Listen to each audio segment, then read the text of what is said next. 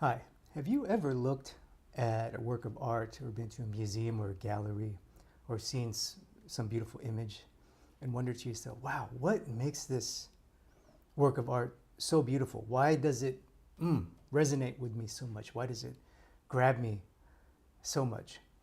Well, in this video, I'm going to break down what I see in this masterwork, and I'm going to explain what makes this work of art beautiful, and maybe it'll give you some ideas on why some paintings are beautiful and some paintings and some works of art resonate with you.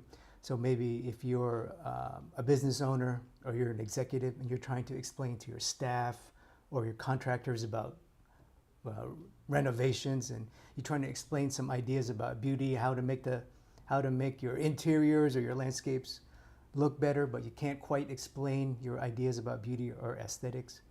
Or maybe you're about to give a speech or a presentation to a group of lay people, to a group of science or intellectuals who aren't artists, and you want to explain your ideas about art, about beauty, and what makes good art versus not.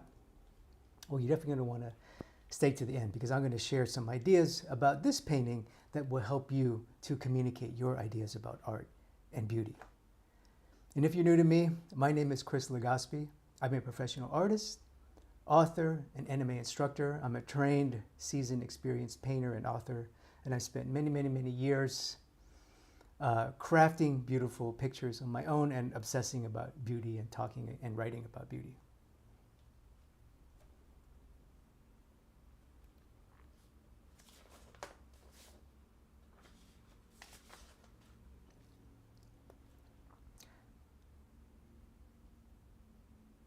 So thank you for being here. And in this video, we're going to break down The Milkmaid by Johannes Vermeer. So it's a very famous painting.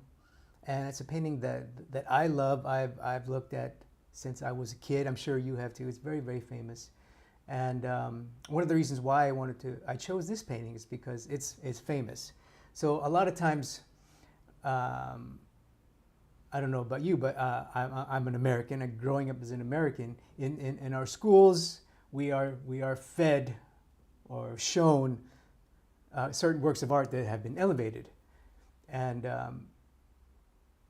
I wanted to look at a work of art that many young students would have seen. Most lay people, non-artists, would have seen this painting.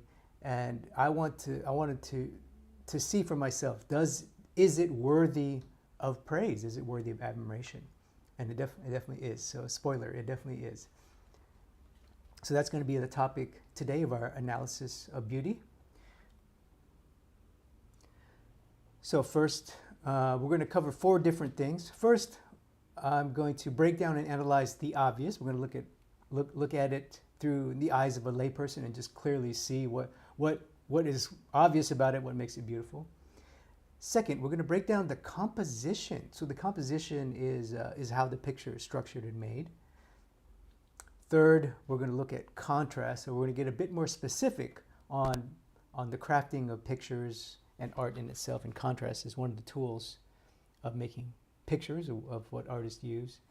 And finally, we're going to get even more specific and break down the techniques. So this is fairly unique. So if you're watching this and you're not an artist, you're going to see how a trained artist looks at an established work of art. And I'm going to help explain some of the techniques that this artist used or possibly used to make these beautiful effects, the beautiful light and beautiful colors. And I'll explain to you why some of the things he does are so incredibly skillful. And spoiler alert, they are. They're quite difficult to do. So we'll talk about that at the end with techniques.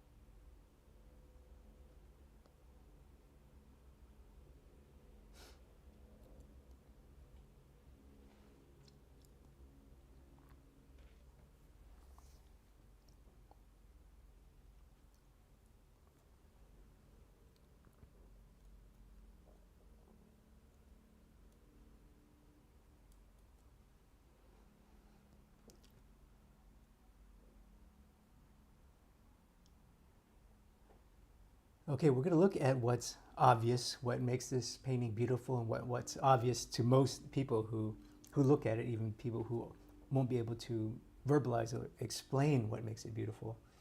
And first, let's take a moment to just quietly look and absorb this gorgeous work of art. I'm going to get my big head out of here.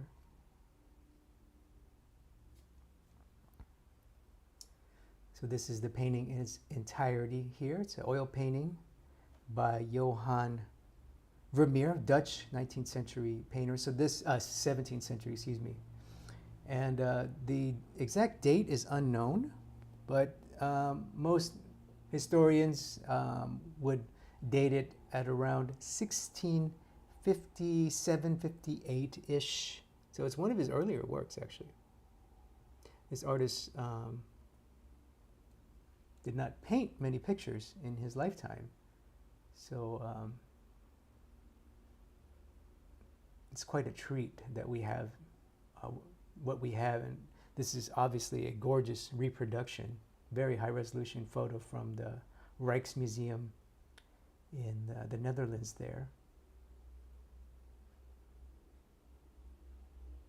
Just some gorgeous up close details. So it's quite nice to be able to have incredible photography of a masterwork. So this is quite rare, quite a beautiful treat. I hope you're enjoying some of these close-up shots. And this painting is available in public domain as well, the high resolution. You can easily find it on Wiki. Gorgeous stuff.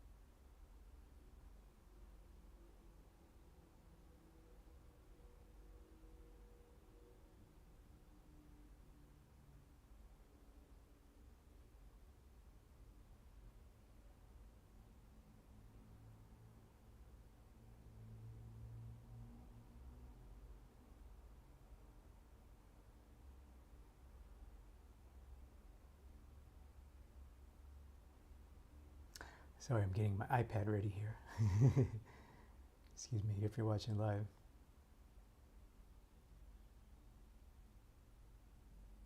Okay.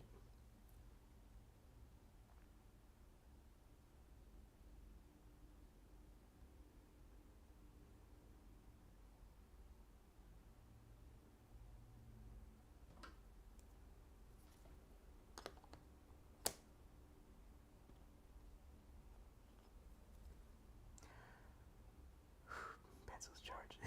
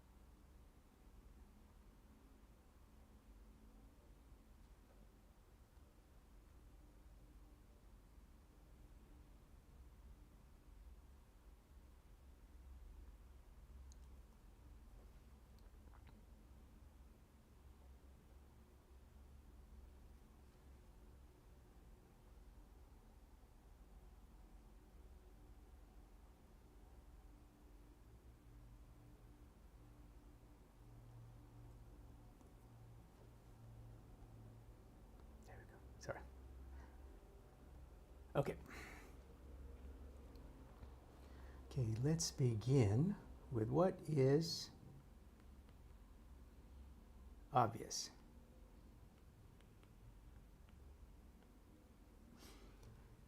And when we look at this glorious painting, clearly to me, well, before we do that, comment below. When you look at the Milkmaid here, what is the first thing that you notice? Like, wow, this is beautiful. This is what makes the picture beautiful. Comment below. What is beautiful to you? What is obvious to you?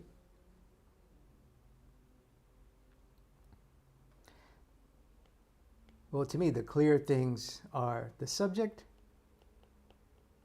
the light, and pretty soft colors.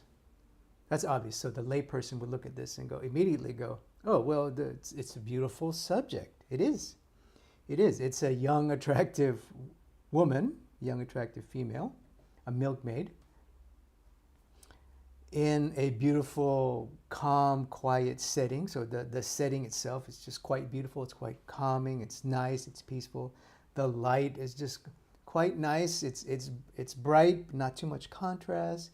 So it's beautiful. It's calm. It's pleasing, and the colors themselves are just really, really, really nice. It's not too colorful. It's not too gray. It's just sort of this perfect balance, and that's what obviously what anybody who would look at this would love, you know. And just the subject matter, the setting is nice. You know, we all have felt days like this. You know, many of us have kitchens, we have homes, we've experienced soft, quiet days like this when soft, beautiful, quiet light comes into our homes. It's peaceful, you know, and you know, maybe you've had experienced days where you had soft, quiet days and beautiful light, and you had a table full of lovely food, you know, delicious food. You know, maybe you had company, whether it was a young, beautiful woman or not. You know, so we've all felt moments like this. So clearly, the subject is the most obvious thing that makes this beautiful, and that's it's a gimme. You know, if you paint, it's like a flower. If you paint a beautiful flower, you you know, you have a high chance of making a picture that feels beautiful to the viewer. And of course, he did some things with the lights and the colors to heighten the effect. You know, yes, the lights and the colors are absolutely gorgeous, but the artist, the craftsman, had to make them gorgeous, and we'll talk about that in a minute. But that's what's obvious here.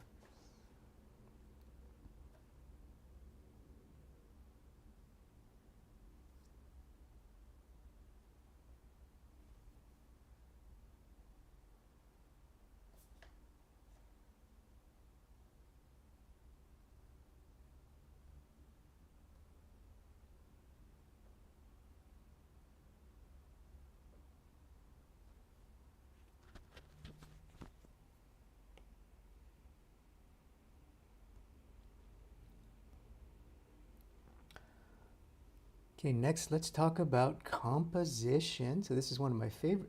Oops.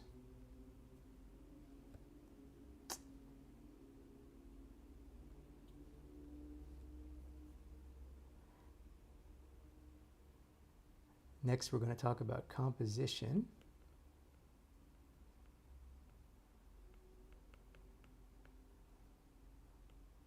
This is one of my favorite topics. As an artist, it's something that's necessary to make pictures, especially, you know, pictures that have incredible quality and meaning, like the Milkmaid does here. Now, I don't want to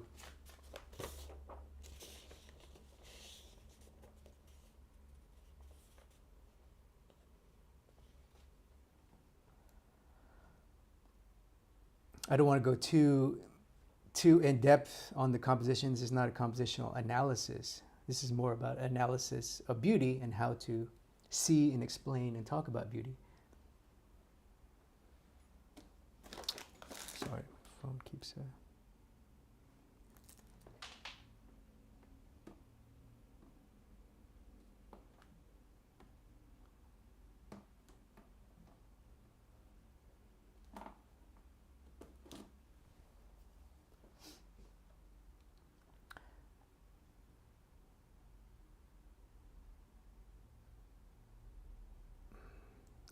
No, forgive me there. So I'm not going to go. My screen keeps bugging out here. So I'm not going to go too much into composition. This is more about analysis of beauty and aesthetics and how to think and see and talk about beauty. So what I will do is talk about an idea. To me, what makes this picture so special compositionally is the idea of counterbalance. So balance is what makes a picture beautiful. And a skillful artist uses counterbalance, which is an idea of asymmetry. And what I see in this painting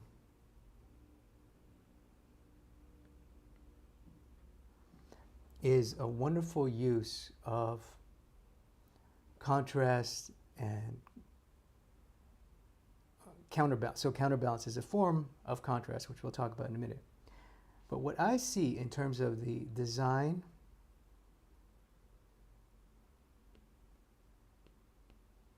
is this, in its most simplistic terms, is this. Clearly we have the main figure here, but we have a large mass, basically, of empty space. And then a light mass, which is the white wall, and then a darker mass of stuff. And that, my friends, is counterbalance. He's using this beautiful white space to give the picture a bit of calm and quiet, which balances out all of the busyness, the detail, right? The layperson will look at this and go, oh, I see a woman, I see hands, I see bread, I see details in the bread, I see details in the basket, I see details in the background, blah, blah, blah, blah, blah. I see beautiful fabric, wrinkles and folds, I see skin texture. The layperson will immediately be dazzled by the details. But a trained eye will go, huh? The trained eye will understand that, especially a trained artist, a trained composer, someone who makes pictures, will understand that none of those details work unless you give the viewer some quiet space. And that, my friends, is brilliant composition. So that is intelligent use of nothingness, of empty space. And that, to me, is what makes, compositionally, what makes this painting so beautiful is actually the wall. It's the wall, believe it or not.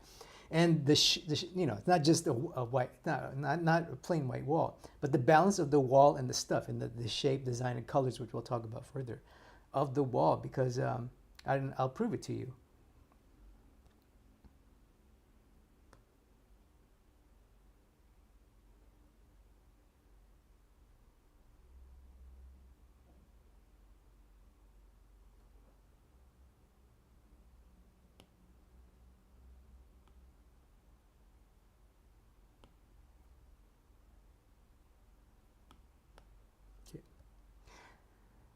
Let's say I add stuff and busyness to the wall. Let's say I add a painting. Vermeer's work is famous for having paintings within paintings. Let's say I add a painting and it's kind of subtle and subdued. So immediately, I don't know about you, but I can just feel uncomfortable. I'm like, oh, what's going on? I immediately not want to look at this painting that much anymore. You see? And let's say I add even more details. Like, oh, I like these baskets. Let me add more baskets. Oh, I like this thing. Let me add more stuff. Oh, I like this floor thing. Let me add this. It's a foot warmer. Let me add more of those. Why not? And you start to see. You say, oh, I like this blue. Let me put a blue object back here. I don't know. Why not? I like blue. Blue's my favorite color. Oh, I like this pot. Let me put another pot right here. Let me put some thing in the painting. You know, I like painting faces. Let me put a face in this painting. You know, I'm an artist. I like that or whatever. So you see, immediately I don't know if you feel it, but I immediately no longer want to look at this thing. I'm like, oh, I don't even notice the Milkmaid now. I just see a bunch of noise. And that, my friends, that's the skill. That's the rub. Let's take away this junk. Let's put them side by side so you can see what I mean.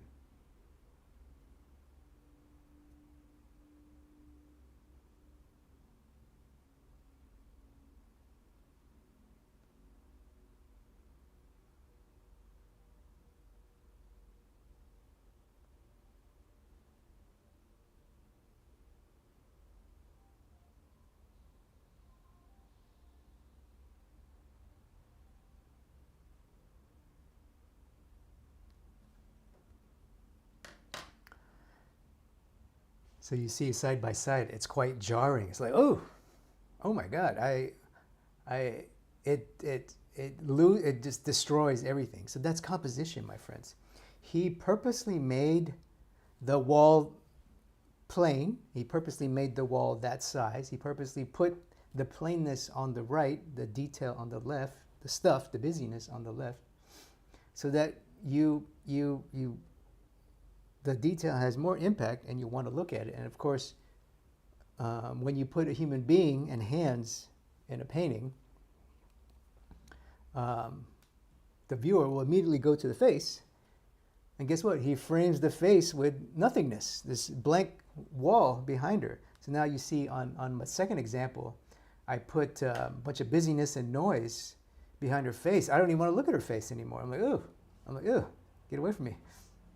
You know, I don't want to look at her at all. There's just too much stuff. So that, my friends, is brilliance in asymmetrical design. Making a lot of the painting basically blank wall, and then strategically putting stuff or balancing it with stuff. So counterbalancing stuff with a mass of nothingness, blank. That takes skill. It's not easy. It takes skill to be able to design the perfect ratio. And it takes skill and discipline to understand, to not add junk, to keep it busy. And because if you look at the original, we're going to look at the original now, up close.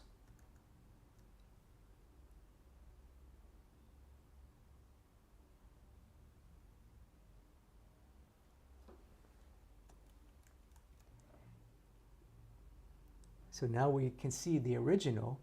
In the original, Vermeer does put detail. You see, he does put detail in the wall. There's little bits of speckles, there's a thing, and there was a painting here, actually. There was something here. The Rijksmuseum, the museum that owns this painting, displays this painting, did some research.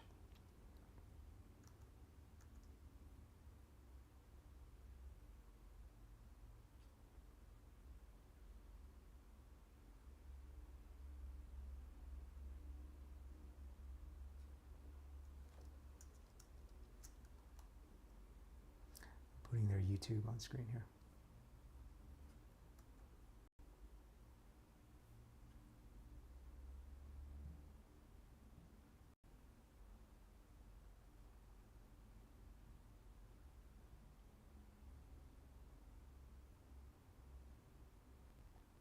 So this is a YouTube video by the Rijksmuseum in the Netherlands, and they made some technology to scan this painting, and then they discovered that he actually repainted over the back wall to make it blank. So it was a conscious choice. He knew as an artist, like, oh, I need to make this blank so we could better appreciate all the beautiful details that I want you to appreciate.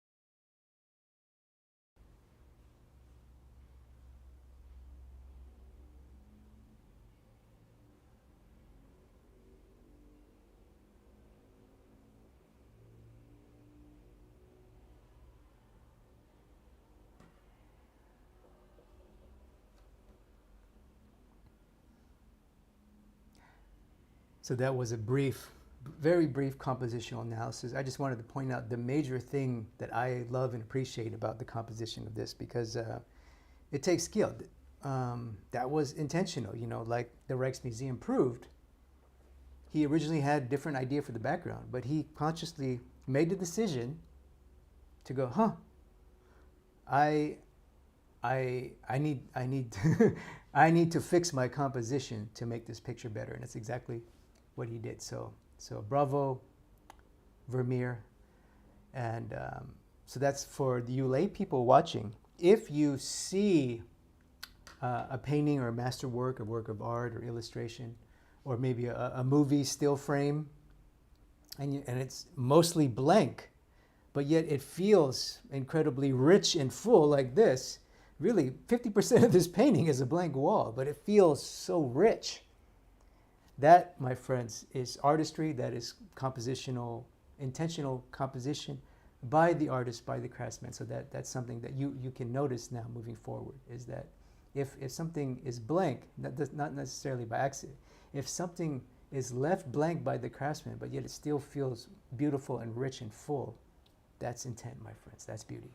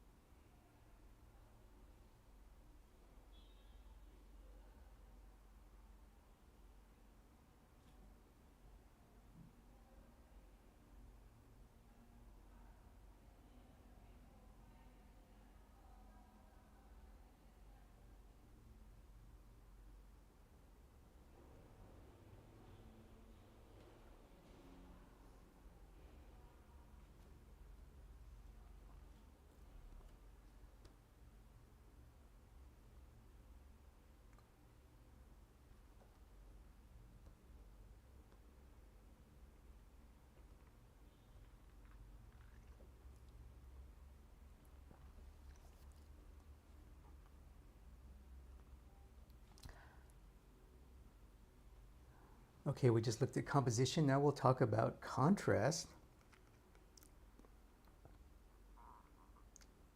So contrast is related to composition.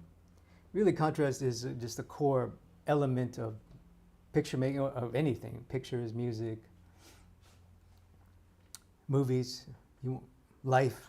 You want contrast. Two opposing things makes life interesting. And of course, we use it in picture making. So obviously there's lots of beautiful contrast at play. We just talked about one, simplicity, quiet versus mass. Beautiful use of contrast. That's what I noticed in the composition.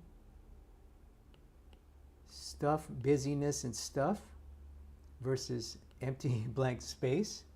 Mwah. We celebrate him for that. What else? So comment below. What other things, contrasting things, do you notice? Because lay people see contrast, but I want you to start to think like a trained artist, like a trained expert. Because we have to be aware of this when we make paintings, when we make pictures. We have to be aware and control our contrast. So I want to break down contrast, what I notice. That's what's obvious. But I want you to comment below. What contrasting things do you see? What contrast did Vermeer use here in his picture?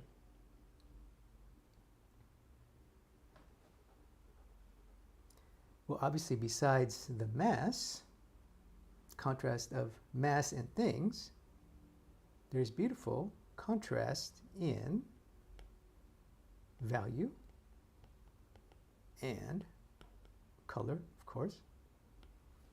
So these are obvious. These are obvious. Let's talk about value contrast first. So when we look at this, we can clearly see there's lights and there's dark. So there's a contrast, but it's just a perfect amount of contrast to create the effect in the mood. Remember, in the beginning, we talked about what's obviously beautiful about this painting is the subject matter. It's soft light in a soft day, on a soft light coming in a soft room, coming on a soft object. So just pleasant, pleasing light, pleasant, pleasing subject. But he had to execute that. The painter, Vermeer, had to execute that. Part of what he did to control that beautiful feeling of light is to control the contrast in the value, my friends. So let's take a look at that.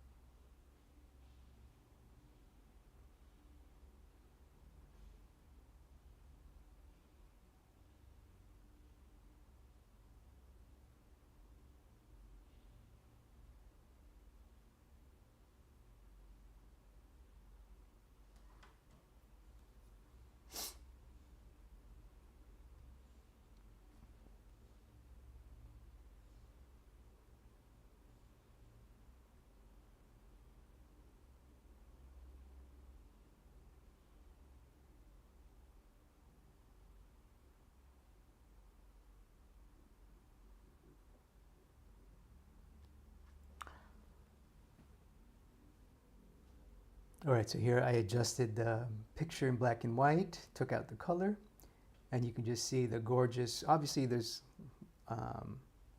like we mentioned in composition, there's big light space, and there's some darks in here. There's some darks in here, but you can see that the darks aren't too dark and the lights aren't too light. It's just the perfect amount of contrast to get the feeling of a bright light, the daylight, basically, inside of a room. Obviously, 17th century, they probably didn't have, you know, the big halogen indoor lights that we have now. So light was probably the big dominant light source here. So illuminating a dark room, daylight coming in, illuminating a dark room, he had to create the effect. So he needed shadow and he needed light, but he didn't make the lights too bright, didn't make the shadows too dark. He used just enough to create the perfect balance, perfect contrast of value. And I'll show you what happens, what would happen if he didn't do that.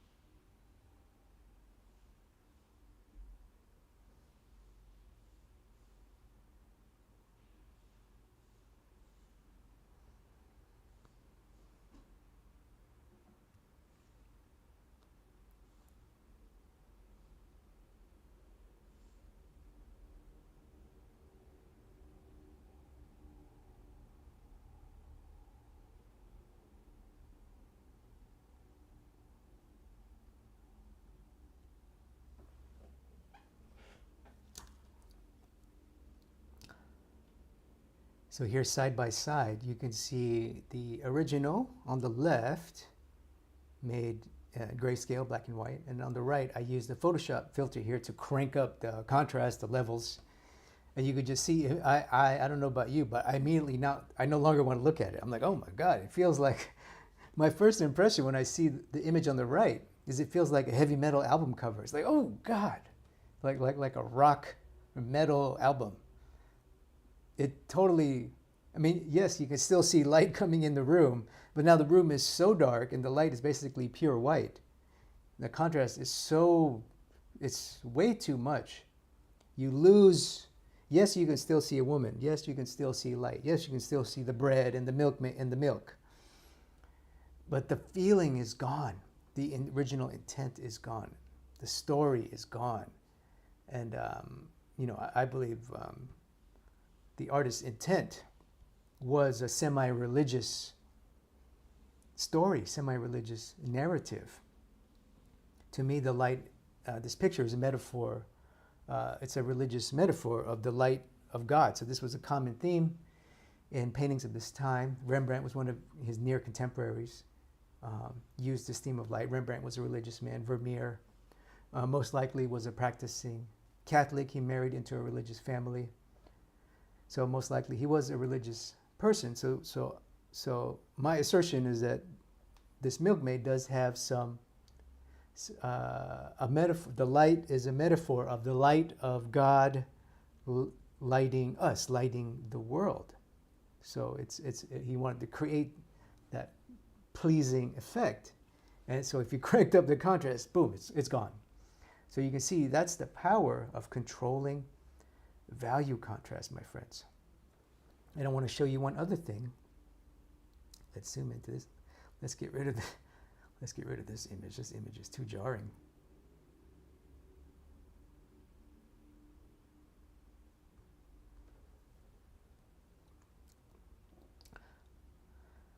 So in terms of value contrast, so for my lay people out there, when you see a painting that has beautiful, perfect contrast, it feels three-dimensional, right? Obviously this is a realist, classical realist, European realist painting, so it's representational. It looks like a realistic picture of a woman in a realistic room, realistic stuff. But part of what makes it, quote, feel, quote unquote, real, it makes it feel, quote unquote, 3D, is the form, the realistic form. And to get the illusion of form, you need the perfect amount of value contrast. You need the perfect brightness and ratio of lights. You need a perfect ratio of midtones, like darkish midtone mass right here.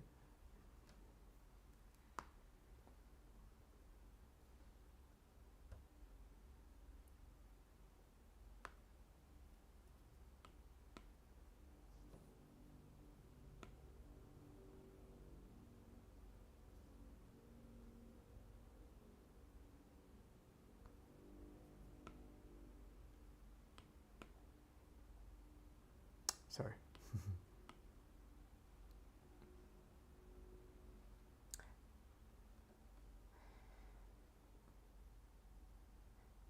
You need the lights, you need the midtones, dark midtones in this case, and then you need the dark accents. Basically three values. You need a light, midtone, and dark. I'll draw that here.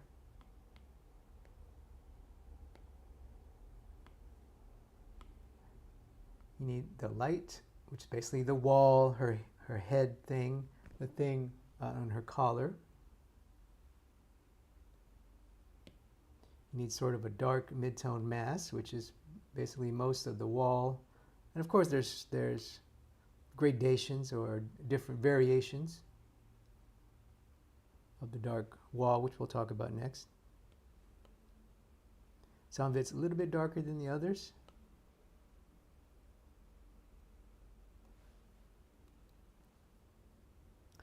And then finally you need what's known as the darkest dark or dark accent.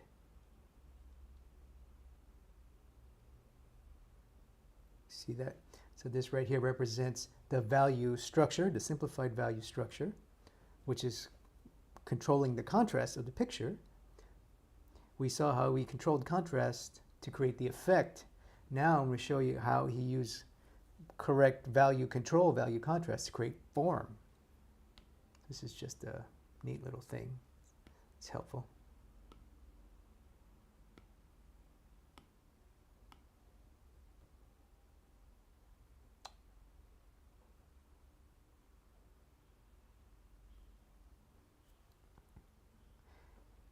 And you could see, we can see clearly see the whites here. You can clearly see the midtone, which is mostly everywhere. And then the darks, notice the darks are here. Some of it is here. Inside the little folds of the wrinkles, the small wrinkles inside the cup, you know, some of this dark ceramic milk jug thing, little dark accents here or there.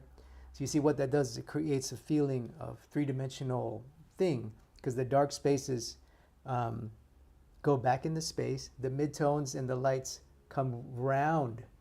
They come forward towards us. So the darks go back, the midtones come forward, the lights come forward even more. So it creates this beautiful round feeling of form, my friends. So that's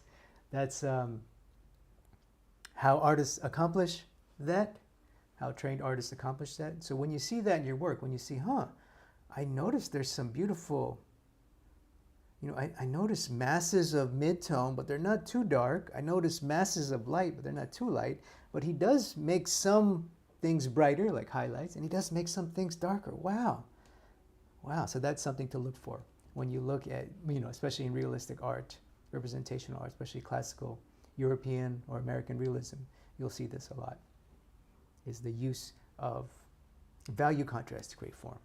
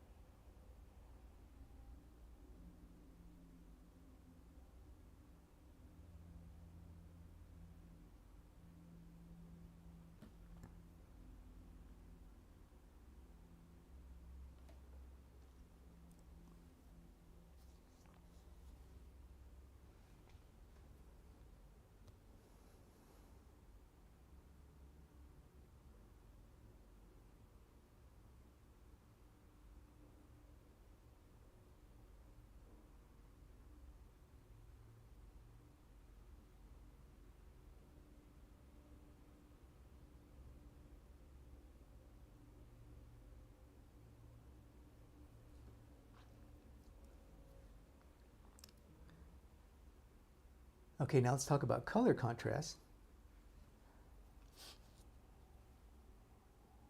Now, when you look at the Milkmaid, comment below what colors stand out and what contrasting colors. Like, for example, obviously the blues contrast from the reds and oranges. But comment below, what else do you see?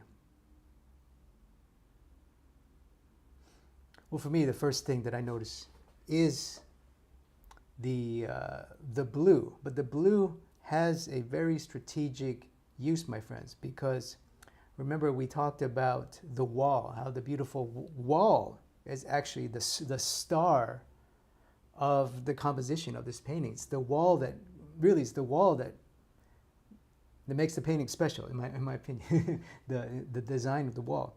Part of what makes the wall special, well, part of why we notice all that beautiful blue. Let's zoom in here.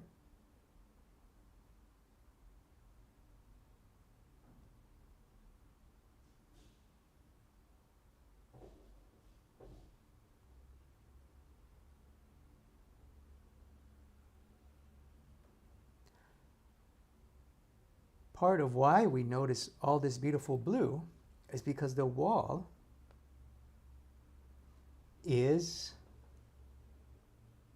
actually orange. It's actually yellow. It's a cream, right? We can all see it's cream colored wall. It's a creamy, off-white, eggy, cream white, warm. It's a warm white. Those of you who have painted your house or painted your office, painted your company, you know off-white, cream.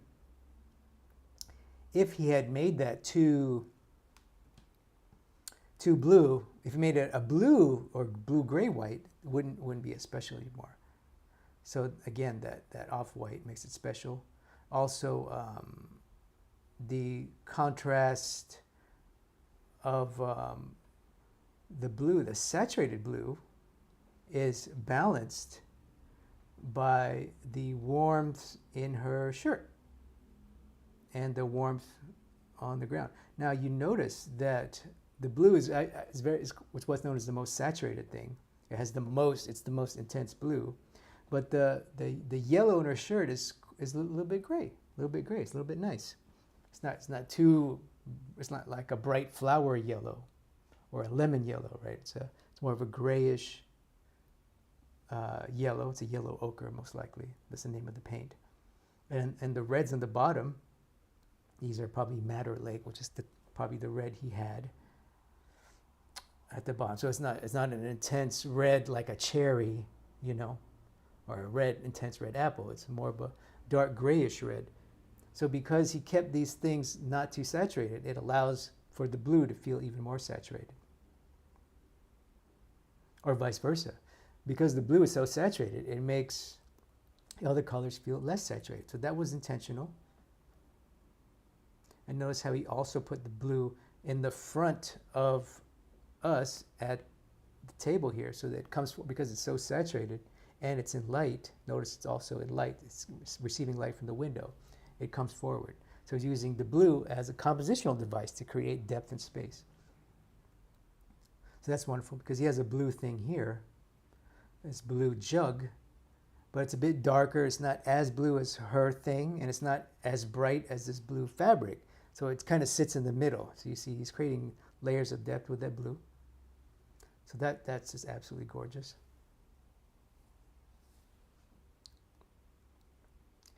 And notice too, in terms of color contrast, let's talk about gray. So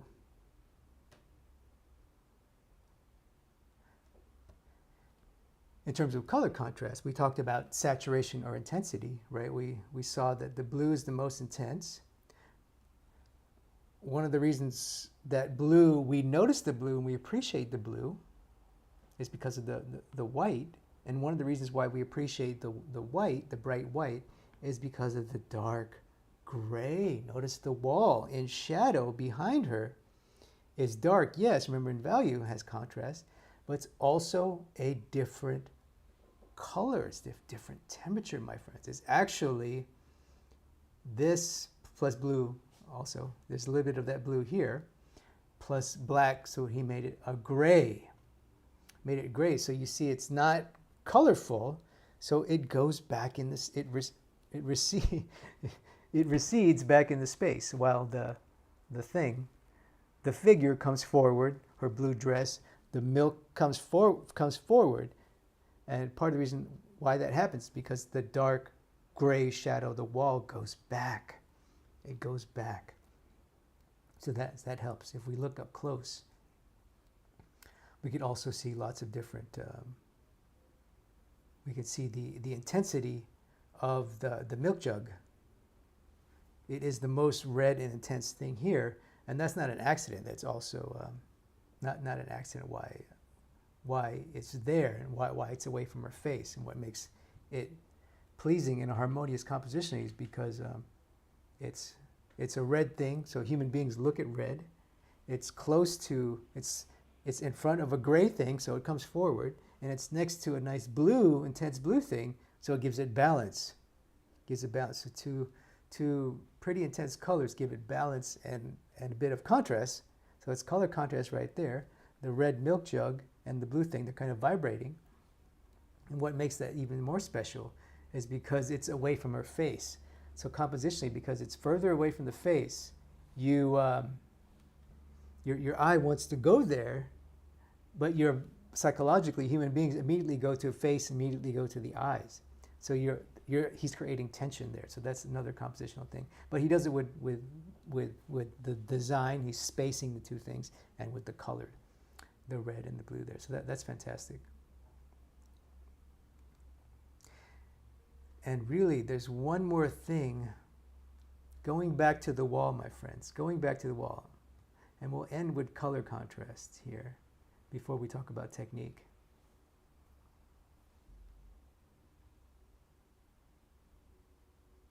Well, we'll talk about that next with technique and specifically gradation. But there's so much.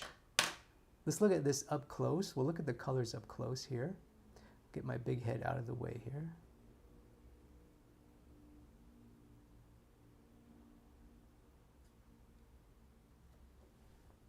Okay, let's just appreciate this high resolution here. Okay, here we go. So you can see the colors, they're quite nice. They're quite subdued. The yellow is not too yellow. And the red, even though the red is not too red, he only puts a little bit right here. You see right at the finger, right at this little corner right here. That's just perfect amount of oomph. Perfect amount of oomph. The right place, also a little bit here. A little bit at the edge at the rim. See, it's beautiful. Yeah, yes, we can get up close. And you notice too, he has little dots of blue, my friends. So this is color mastery, my friends. So this is something that the Impressionists later, 200 years later, French Impressionists would make famous, would use commonly. But back then this was known as the pointilles. It's basically creating the optical illusion of color, because this is how the eye perceives color. So the human eye actually perceives fields of color with its natural complement. So the complement of orange is blue, complement of red is green. For example, if you look at a landscape, a field of grass, a field of trees, your eye doesn't just see green. It also sees the little flecks of brown, of orange, of the earthy brown, earthy yellow, the reddish brown of the leaves, maybe small bits of fruit or berries. When you look at a field of grass or green, it's the yellows and the oranges. Your eye optically mixes them together to make it feel quote unquote real. So as painters, as artists, we have to add that manually. That's what he does here. That's what he does here. He knows that to make this milk jug feel natural and quote unquote more real, more natural, more real, as if you're looking at it with your human eye, with the naked eye, he's adding flecks, little dots of blue to create that optical mixing. It's fantastic. And it's creating, controlling the saturation of the orange to create natural flecks of more gray red versus more orange red, just like in the skin. We'll talk about that in a minute when we get to gradation. But you see it here in the face as well. And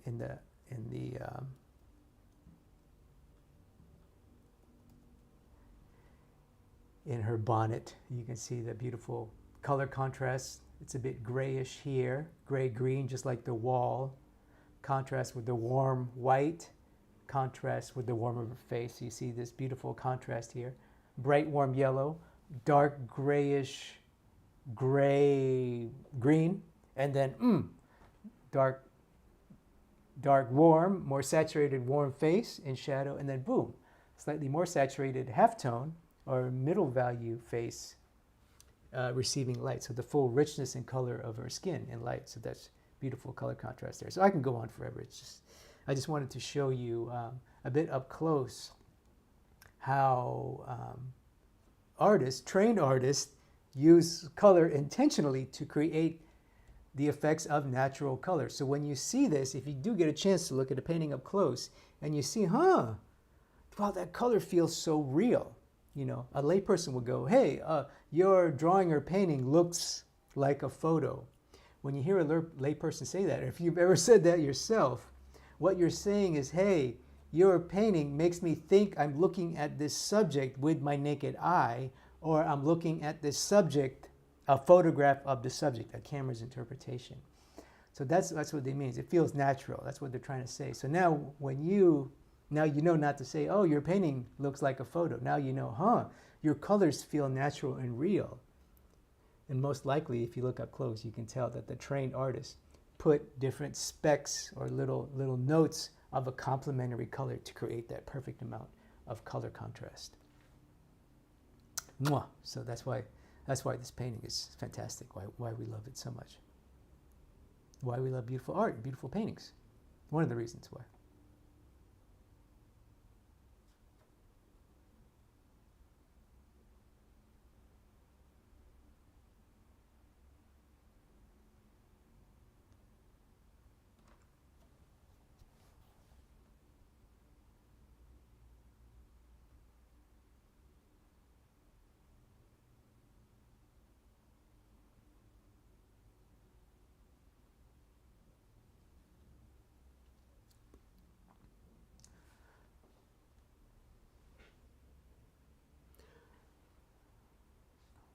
Okay, so we analyzed what was obvious to us, what made this painting beautiful. We talked about what the artist did compositionally to make a beautiful picture, beautiful composition. We talked about the artist's use of contrast. One of the tools of a picture maker, of a trained artist, is use of contrast, value and color in this case. Now we're really going to get into the details of technique. That's number 4. Technique, and specifically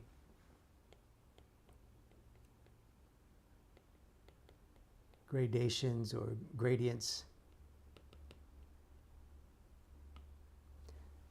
So now, if you're a layperson watching this, I'm going to show you what a trained artist sees when they look at a glorious work of art. And I'm going to show you what this artist did technique-wise with his brush and paint to make this glorious effect of natural, glorious, beautiful light, beautiful interior scene. And gradients is the key. And gradients really is just means transition. Gradations, gradients, it's basically a transition. So I don't know if you ever use Photoshop, it's a gradient tool in Photoshop. It's transition. It's from one thing to another thing, basically. From light to dark, from blue to red. So comment below. What are some gradations do you see in the Milkmaid? Comment below. What are some gradations you see in the Milkmaid?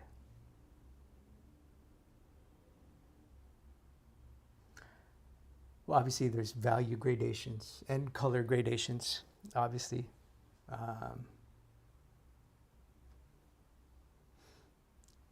We can see the value gradation in the wall. Obviously, it's bright here,